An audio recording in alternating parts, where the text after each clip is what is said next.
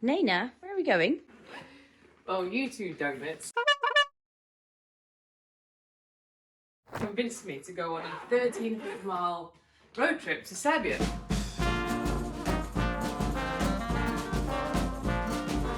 Apart from the fact that you missed a slight caveat.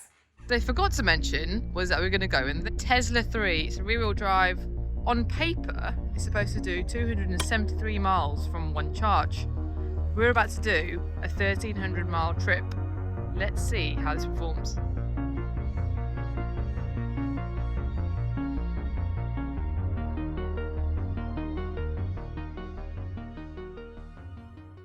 I'm so sick of chewing this gum. I need a bin. Do we have a bin? No, we don't have a bin. There you go. Lavender scented ones. Are you serious? Yeah. What else have you got Because in you that don't have you don't use the black ones because they stink. So you use the lavender scented ones. What else have you got in there? 50,000 tissues. What pressure is this? Oh yeah, I bought these for his birthday. I have this one that's literally stinking me out, but... Oh right, okay, we got two. Can I smell it? I like the green ones, forest scent one. It smells like men. Through the UK border, we're currently at security inspection. Because I have like some Dodgy looking girls in exactly. there. And then the next stop is the French border control. And then the train. And then the train. They call it Le Chatel.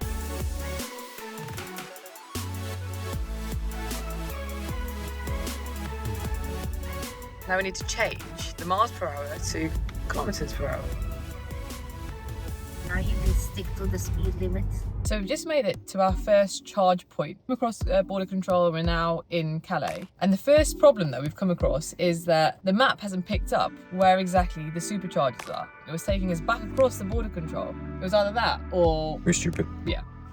So we're currently driving through Belgium and it's chucking it down with rain and you literally cannot see the motorway or the lanes whatsoever. And there is no lighting. It's like literally a death trap.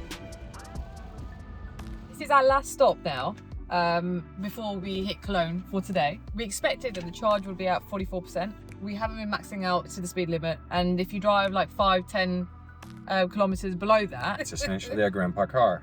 Yeah. So we finally made it to Cologne after how many hours of driving? We left at like 9:30 this morning. It's now 10 p.m. 6.5, 7 hours. Of solid driving, right. We've also been through all of the weathers you can possibly imagine. Been through a tunnel. But we're finally here. And we start the journey again tomorrow. Today is day 2 of our road trip to Serbia. And we're currently in Limburg. We were not expecting -5 outside and it's causing some problems. I think we're literally the only ones on the road or insane enough to be able to go out on the roads today. The problem we're facing is that we put the winter washing liquid and it kind of frozen. It's rated up to -10 in England. Yeah. It's irrelevant for Germany, the road conditions. Life hacking.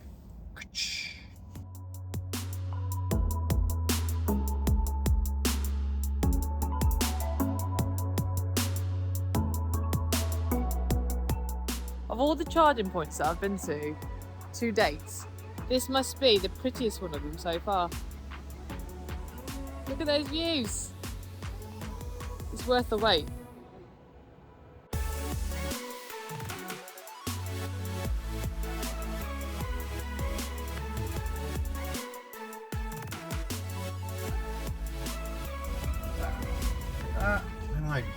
Wow, they are going.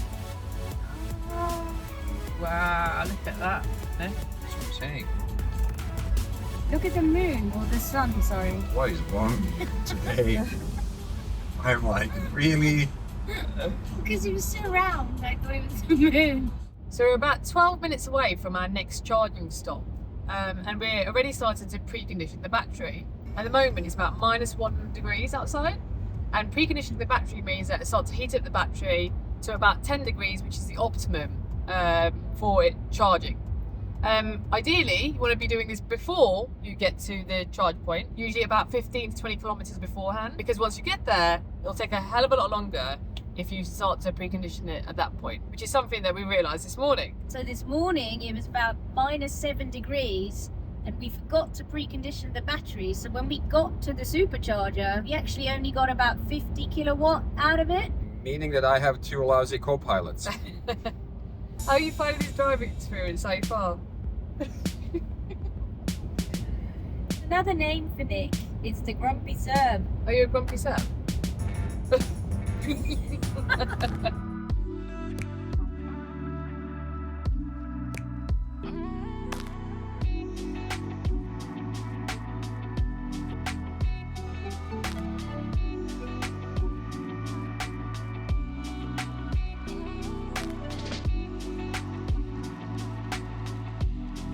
So we finally made it to our final destination for today, and actually this trip before we head over to Serbia, which is Austria. We are in St. Polten. St. Polten, okay, which is about 40 kilometers away from Vienna. And we left at what, 7 a.m? Yeah, 11.5 hours. So we're actually here a little bit early, which is great. We managed to skip the last charge. Thank you for driving us through all the storms and snow and everything that we experienced today. We're gonna go out and see what it has to offer around here. Who's offering what? St. Polten. St. Polten. St. Polten. Yeah. Okay, fair enough. I'm gonna get you a beer.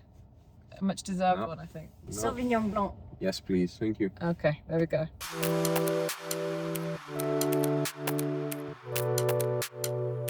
I say I'm not talking on the camera until I'm out of this crappy weather. Yes. Today is day 3 of our road trip to Serbia, and aren't I glad? I'm not sure how many of these 6 a.m. starts I can take. We left Austria this morning and went through, what the basically a snow blizzard. Almost got taken out by a snowplow. No, it didn't. It was fine. Someone shed their pants. I did nearly poo my pants. So we're just charging right now. So we're in Budapest at the minute. Then we're gonna go to Szeged, do the final charge to 100%, and then we have 220 kilometers from there to Belgrade city center. Woo! So we should be there around 5 p.m. depending on the border, of course. And then Nick is taking us out to a restaurant with some local Serbian music. And he said he's gonna dance to it too. Nick, have you ever been on an oil rig? Twice. I'm sure they could use tall people on oil rigs. Just exist over there and don't ask questions. What's regenerative braking? When you take your foot off the accelerator, the kinetic energy that's created from the movement of the car is created into electricity that's then stored in the battery that you can then use for acceleration later on, which is something I don't like. It's perfect. I love it. I don't like the way it feels. But basically, when you're not accelerating, you're charging the battery. What? Huh? Just eat your Oreos. That's it.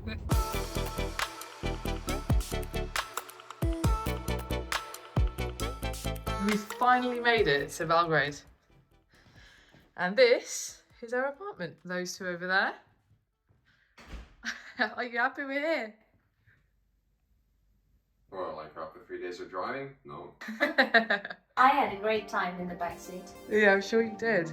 There's a quick peek at where we're staying in the centre of Belgrade. So outside of here are loads of shops and restaurants. The car's parked in a local garage where we're doing charging overnight. And this is where we're putting our head down for the night. Not bad.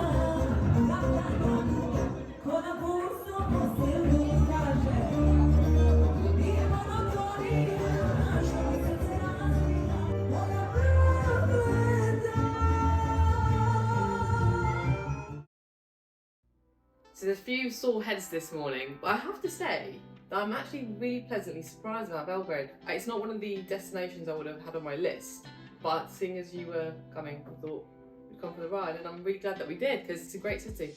You should definitely visit. Especially in summertime. So we spent 2.5 days on the road and covered 2,100 kilometers in the Tesla 3. How did you find the drive? Do you want the truth? Yeah. with like the women in the car. Weren't that bad. Yeah, it was an interesting one. It was an interesting experience, and I'm glad that we did it.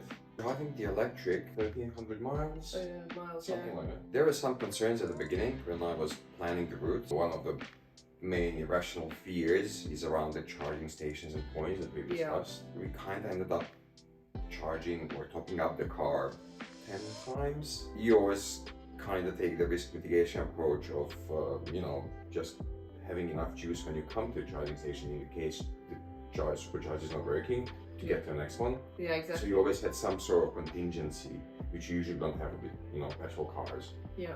Everything else went pretty smoothly. You always need to be alert, always need to be, looking at what's happening in front of you, which essentially you do anyway. Yeah. Because sometimes, technology gets confused at this point of time and just like starts wobbling around, so you just need to take control and see.